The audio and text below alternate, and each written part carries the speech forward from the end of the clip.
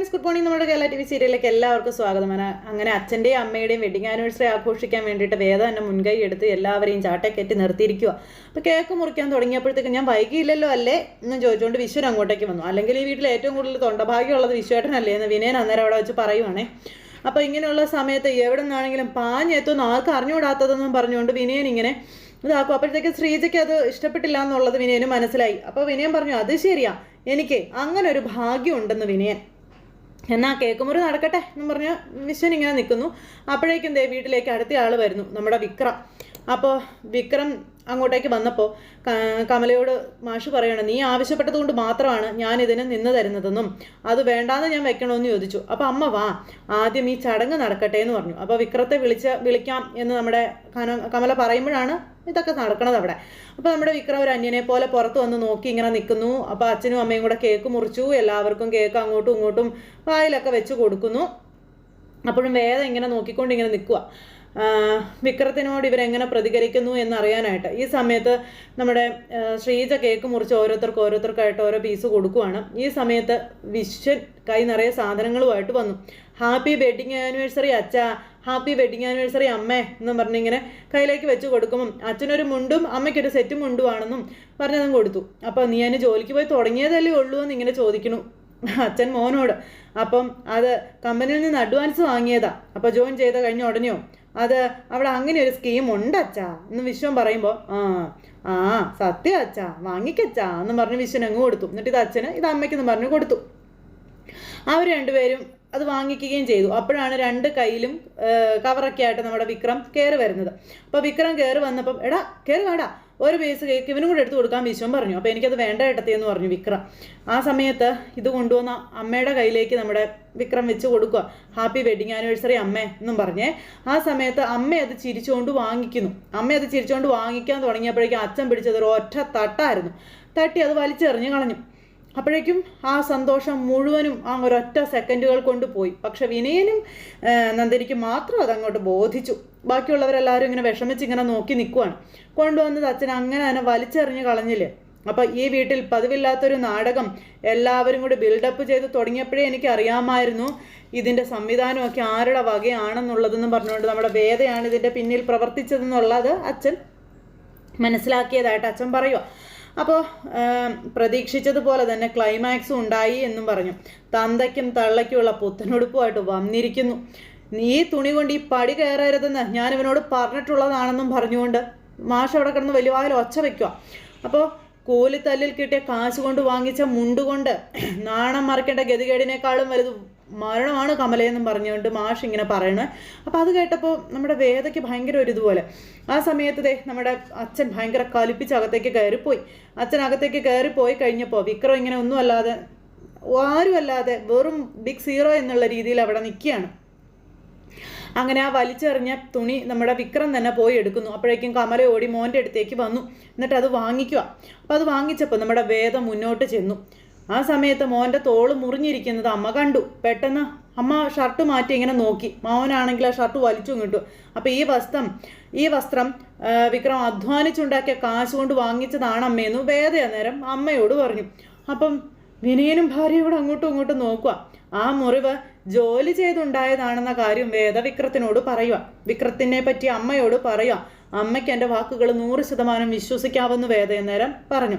പിറന്നാളിന് പറ്റിയത് വിവാഹ വാർഷികത്തിന് ആവർത്തിക്കാതിരിക്കാൻ കഴിഞ്ഞ 2 ദിവസമായിട്ട് വിക്രം ജോലി ചെയ്യുകയായിരുന്നു എന്ന കാര്യവും വേദ അമ്മയോട് പറയുന്നു.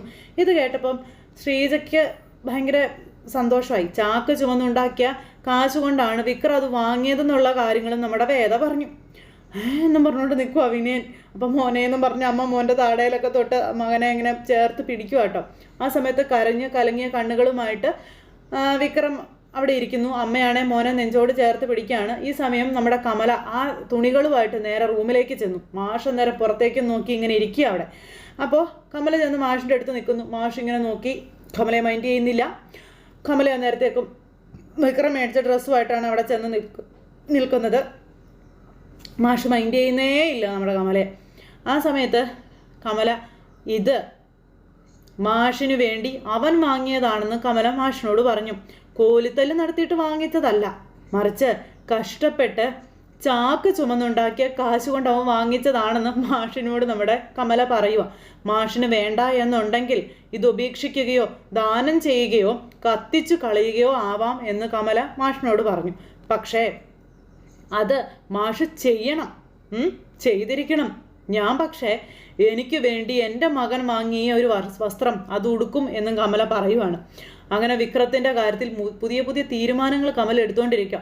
അത് മാഷ് സമ്മതിച്ചാലും ഇല്ലെങ്കിലും ഞാൻ ഉടുക്കുമെന്ന് കമല മാഷിനെ വെല്ലുവിളിക്കുന്നു. അങ്ങനെ വിക്രത്തിൻ്റെ പേരിൽ അതും പറഞ്ഞു മാഷിൻ്റെ ഡ്രസ്സ് അവിടെ വെച്ചിട്ട് കമല അങ്ങ് പോവുകയാണേ. മാഷ് അന്നേരം ഈ ഡ്രസ്സ് അവിടെ വെച്ചിട്ട് പോയത് നോക്കിക്കൊണ്ട് അങ്ങനെ ഇരിക്കുക. ഈ സമയം നമ്മുടെ വേദ നേരെ വിക്രത്തിൻ്റെ അരികിലേക്ക് റൂമിലേക്ക് ചെന്നു. അപ്പോൾ വിക്രമാണെങ്കിൽ ആകെ വിഷമിച്ചിരിക്കുക. അപ്പോൾ മരുന്നൊക്കെ ആയിട്ടാണ് നമ്മുടെ വേദ ചെന്നത്. മരുന്നായിട്ട് ചെന്ന വേദയെ കണ്ടപ്പോൾ വിക്രം തല തിരിഞ്ഞ് അങ്ങനെ ഇരുന്നു. വിക്രത്തിന് നിന്റെ മുഖം കാണണ്ട എന്നുള്ള രീതിയിൽ. അപ്പോൾ ആ കൈയൊന്ന് കാണിക്കാമോ എന്ന് വേദ വിക്രത്തിനോട് ചോദിക്കുക. വിക്രം മൈൻഡ് ചെയ്യുന്നില്ല.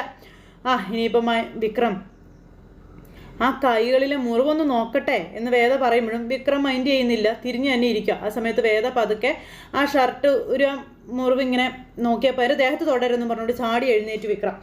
ആ സമയം സോറി, ഇങ്ങനെയൊന്നും അല്ല ഞാൻ പ്രതീക്ഷിച്ചതെന്ന് പറയുമ്പം ഇങ്ങനെ നടക്കൂ എന്ന് എനിക്കറിയായിരുന്നു. നീ എന്താ കരുതിയത്?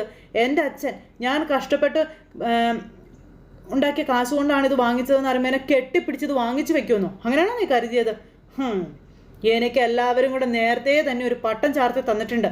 അത് ഈ ജന്മത്ത് മാറാൻ പോകുന്ന ഒന്നല്ല. ഞാനിനി എത്ര കഷ്ടപ്പെട്ട് പണിയെടുത്താലും എന്ന് വെച്ചാൽ ജീവിതകാലം മുഴുവനും ആ പാതയിലൂടെ തന്നെ നടക്കാമെന്നാണ് വിക്രം വിചാരിച്ചു വെച്ചിരിക്കുന്നത്. അങ്ങനെയാണോ കരുതിയിരിക്കുന്നത്? അപ്പം ചിലർക്ക് കൽപ്പിച്ച് കിട്ടിയ വഴികളിലൂടെ മാത്രമേ നടക്കാൻ പറ്റൂ. മാറാൻ ശ്രമിച്ചാലും അവർക്ക് ഒരിക്കലും അതിന് കഴിയില്ലവേ. അപ്പം അത് വേറൊരു തോന്നൽ മാത്രമാണ് വിക്രം എന്ന് വേദ പറഞ്ഞു കൊടുത്തു. വിക്രം നേരായ മാർഗത്തിലൂടെയാണ് ഈ പണം ഉണ്ടാക്കിയതെന്നുള്ളത് അറിയാനുള്ളൊരു സമയം കൂടി നമ്മൾ മാഷിന് കൊടുക്കണ്ടേ. പിന്നെ മാഷിന് വിക്രത്തിൻ്റെ കാര്യത്തിൽ ഒരു മുൻവിധി ഉണ്ട് എന്നുണ്ടെങ്കിൽ അത് എങ്ങനെയാണ് ഉണ്ടായതെന്ന് വിക്രവും മനസ്സിലാക്കുന്നത് തന്നെ നല്ലതല്ലേ എന്ന് ചോദിച്ചു. അപ്പോൾ വിക്രം ഇങ്ങനെ നോക്കുക, എത്രയോ കാലമായിട്ട് മാഷ വിക്രത്തിൻ്റെ ജീവിതത്തെ പ്രതി എത്രയോ വിഷമങ്ങൾ സഹിച്ചുകൊണ്ടിരിക്കുകയാണെന്ന് വിക്രത്തിന് അറിയില്ലേ. ആളുകളുടെ ചോദ്യങ്ങൾക്ക് മറുപടി പറയണം. അങ്ങനെ ഒരാൾ പെട്ടെന്ന് മാറിയെന്ന് വിചാരിച്ച് അനുകൂലമായി പ്രതികരിക്കുന്നു എന്ന് വിചാരിക്കുന്നുണ്ടോ എന്ന് ചോദിച്ചു. അപ്പോൾ വീണ്ടും നീ എനിക്ക് പ്രചോദനം തരാൻ വേണ്ടി ഇറങ്ങി തിരിച്ചാണെന്ന് ചോദിച്ചപ്പോൾ അങ്ങനെ ഒരാൾ വിചാരിച്ചാൽ നിങ്ങൾ നേരെയാകുമെന്ന് നിങ്ങളുടെ അമ്മ പോലും വിചാരിക്കുന്നില്ല. പിന്നെയല്ലേ ഞാൻ എന്ന് വേദ. ഞാൻ വന്നതേ നിങ്ങളുടെ മുറിവിൽ ആ മരുന്ന് പുരട്ടി തരാൻ, ആ കൈ ഇങ്ങ് തന്നെ മരുന്ന് പുരട്ടി തരാമെന്ന് പറയാം. എന്തായാലും നിനക്കെന്താ എത്ര ഇതെന്ന് ചോദിച്ചു. അല്ല ഞാൻ കാരണമാണല്ലോ വിക്രം ജോലിക്ക് പോയി തുടങ്ങിയത്. അപ്പോൾ ആ ജോലിയിൽ പറ്റിയ മുറിവിൽ മരുന്ന് വെച്ച് തരേണ്ടത് എൻ്റെ ഉത്തരവാദിത്തമാണെന്ന് എനിക്ക് തോന്നിയതുകൊണ്ടാണെന്ന് പറഞ്ഞു. എന്നിട്ട് പിന്നെ ഷർട്ട് മാറ്റി മുറിവിൽ മരുന്ന് വെച്ച് കൊടുത്തപ്പോൾ നീറുന്നുണ്ടെന്ന് പറഞ്ഞു. സാരമില്ല, അത് മാറിക്കോളൂ എന്ന് പറഞ്ഞു. അങ്ങനെ വേദ ആ മരുന്നിൽ മുറിവിൽ മരുന്നൊക്കെ തേച്ച് കൊടുക്കുമ്പോൾ വേദ തന്നെ വിക്രം ഇങ്ങനെ നോക്കി ഇങ്ങനെ നിൽക്കുക. ഇതെന്താ വിക്രം ഇങ്ങനെ നോക്കുന്നത്, എന്നെ ആദ്യമായിട്ട് കാണുവാണോ എന്ന് വേദ അന്നേരം വിക്രത്തിനോട് ചോദിച്ചു. അങ്ങനെ വിക്രം ഇങ്ങനെ നോക്കി നിൽക്കുന്നു. നമ്മുടെ വേദ മരുന്നൊക്കെ തൂത്തു കൊടുത്തു. വീണ്ടും വീണ്ടും വേദയോട് താങ്ക്സ് എന്നുള്ള രീതിയിൽ നിൽക്കുമ്പോൾ വേദ വീണ്ടും വീണ്ടും മോട്ടിവേഷൻ ക്ലാസ്സുകൾ ഇങ്ങനെ നമ്മുടെ വിക്രത്തിന് പറഞ്ഞു കൊടുത്തുകൊണ്ടിരിക്കുകയാണ്. മുറിവുകളുടെ വേദനയിൽ ആശ്വസിപ്പിക്കാൻ ഒരു അമ്മയുണ്ടല്ലോ എന്നൊരു ആശ്വാസം കൊണ്ട് കൂടി തന്നെയാണ് താങ്ങി നിൽക്കാൻ ഒരു അത്താണിയുണ്ടെന്ന് ബോധ്യപ്പെട്ടാൽ മാത്രമേ മനുഷ്യർക്ക് ഉള്ളു തുറന്ന് ഒന്ന് കരയാനെങ്കിലും സാധിക്കുമെന്നൊക്കെ പറഞ്ഞുകൊണ്ട് വേദ ഇങ്ങനെ വിക്രത്തിന് ഓരോന്ന് പറഞ്ഞു കൊടുക്കുന്നു. അപ്പോഴേ ഉള്ളിൻ്റെ ആഴം എന്താണെന്നറിയൂ, അല്ലെങ്കിൽ ഉള്ളിലെ ആ ആളലൊന്നും അടങ്ങും. നിങ്ങൾക്കതിന് അമ്മയുണ്ട്, മറ്റ് സുഹൃത്തുക്കൾ എല്ലാവരും ഉണ്ട്. പക്ഷേ എനിക്കോ? നിങ്ങളുടെ അച്ഛനെ പറ്റി ആലോചിച്ചിട്ടുണ്ടോ? ഒരിക്കലെങ്കിലും സ്വന്തം ഭാര്യയുടെ തോളിൽ പോലും ചാഞ്ഞു നിന്നൊന്ന് കരയാൻ ആ മനുഷ്യൻ്റെ അഭിമാനം അദ്ദേഹത്തെ സമ്മതിക്കില്ല എന്നും പറഞ്ഞുകൊണ്ട് ചോദിക്കുവാണ്. അങ്ങനെ രണ്ട് ദയനീയതയെക്കുറിച്ച് ആലോചിച്ചിട്ടുണ്ടോ നിങ്ങളെന്ന് വേദ വിക്രത്തിനോട് ചോദിക്കുവാണ്. ഒരിക്കലും ഉണങ്ങാത്ത മനസ്സിൻ്റെ മുറിവ് നൽകുന്ന ആ ഒരു വേദന എത്രയാണെന്ന് നിങ്ങൾക്കൊന്ന് ആലോചിച്ച് നോക്കാൻ പറ്റിയിട്ടുണ്ടോ എന്ന് ചോദിച്ചു.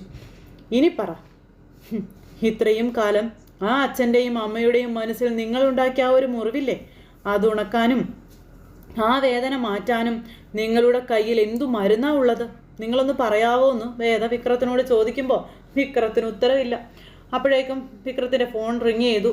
ആ ഫോണും എടുത്തുകൊണ്ട് വിക്രം അങ്ങ് പോയി. വിക്രം എന്ന് പറഞ്ഞ് വേദ പിന്നാലെ ചെന്നു. എവിടെ പോവാന്ന് ചോദിച്ചു. ഒന്നും മിണ്ടുന്നില്ല. വിക്രം അങ്ങ് പോയി. വേദ ഇങ്ങനെ അത്ഭുതപ്പെട്ട് ഇങ്ങനെ നിൽക്കുക. വിക്രം ആ പോണ വഴിയിലെല്ലാം വേദ പറഞ്ഞ കാര്യങ്ങളെല്ലാം ആലോചിക്കുക അച്ഛനെ പറ്റി. അവിടെ കുറേ നേരം വണ്ടി ഓടിച്ചു. അതിനുശേഷം കുറച്ച് ദൂരം അങ്ങ് പോയിട്ട് ആന്നും പറഞ്ഞൊരു ഒറ്റ അലർച്ചയായിരുന്നു. അലറിക്കൊണ്ട് ബൈക്കേലിരിക്കുകയാണ് നമ്മുടെ വിക്രം. ഇത് കഴിഞ്ഞതിന് ശേഷം പിന്നെ മാഷ് അവിടെ ഇരുന്ന് ഇങ്ങനെ കമല പറഞ്ഞ കാര്യങ്ങളെ പറ്റി ആലോചിക്കുക. മാഷിന് ഇത് കത്തിച്ച് കളയോ ദാനം കൊടുക്കുകയോ എന്ത് വേണമെങ്കിലും ചെയ്യാം, പക്ഷെ അത് മാഷ് ചെയ്യണമെന്ന് പറഞ്ഞു. അങ്ങനെ അതെല്ലാം ആലോചിച്ച് ഓർത്ത് ചിന്തിച്ച് പിന്നെ നമ്മുടെ മാഷ് എന്ത് ചെയ്തു, ആ ഷർട്ട് എടുത്തിങ്ങനെ ദേഹത്ത് വെച്ച് നോക്കുക. എന്നിട്ട് അത് ഇട്ട് നോക്കുക. അപ്പോഴാണ് നമ്മുടെ വേദ അതുവഴി വരുന്നത്. വേദ ഈ കാഴ്ച കണ്ടു. അപ്പോൾ ആ അച്ഛൻ്റെ ഉള്ളിലെ സ്നേഹം എന്താണ് നമ്മുടെ വേദ തിരിച്ചറിഞ്ഞു. പ്രൗഢിയോടെ നമ്മുടെ വേദ ഇങ്ങനെ നിൽക്കുന്നു. ആ സമയത്ത് അച്ഛൻ തിരിഞ്ഞു നോക്കിയപ്പോൾ ഒരാൾ അവിടെ നിന്ന് പോകുന്നത് കണ്ടപ്പോൾ ഉണ്ടല്ലോ അത് വേദയാണെന്ന് അച്ഛന് മനസ്സിലായി. അപ്പം അച്ഛൻ ഓടിച്ചെന്ന് വാതിൽ അങ്ങ് അടച്ചു. അപ്പോൾ വേദ അപ്പുറം നിന്ന് ഇത് കാണുന്നുണ്ടായിരുന്നേ. അപ്പുറം നിന്ന് ഇത് വേദ കണ്ടു. അതിനുശേഷം അച്ഛൻ വേഗം തന്നെ ഷർട്ടൊക്കെ ഊരി അവിടെ വെച്ചു. പഴയ ഷർട്ടൊക്കെ എടുത്തിട്ടു. എന്നിട്ട് വെച്ചതുപോലെ തന്നെ അത് കവറിലാക്കി അവിടെ വെച്ചു. ഈ സമയം അമ്മയെന്ന് പറഞ്ഞുകൊണ്ട് വേദ വിളിക്കാം. അപ്പോൾ മോളെന്നെ വിളിച്ചോ എന്നും ചോദിച്ചുകൊണ്ട് കമല വേദയുടെ അടുത്തേക്ക് വന്നു. അപ്പോൾ മാഷ് വിളിച്ചു.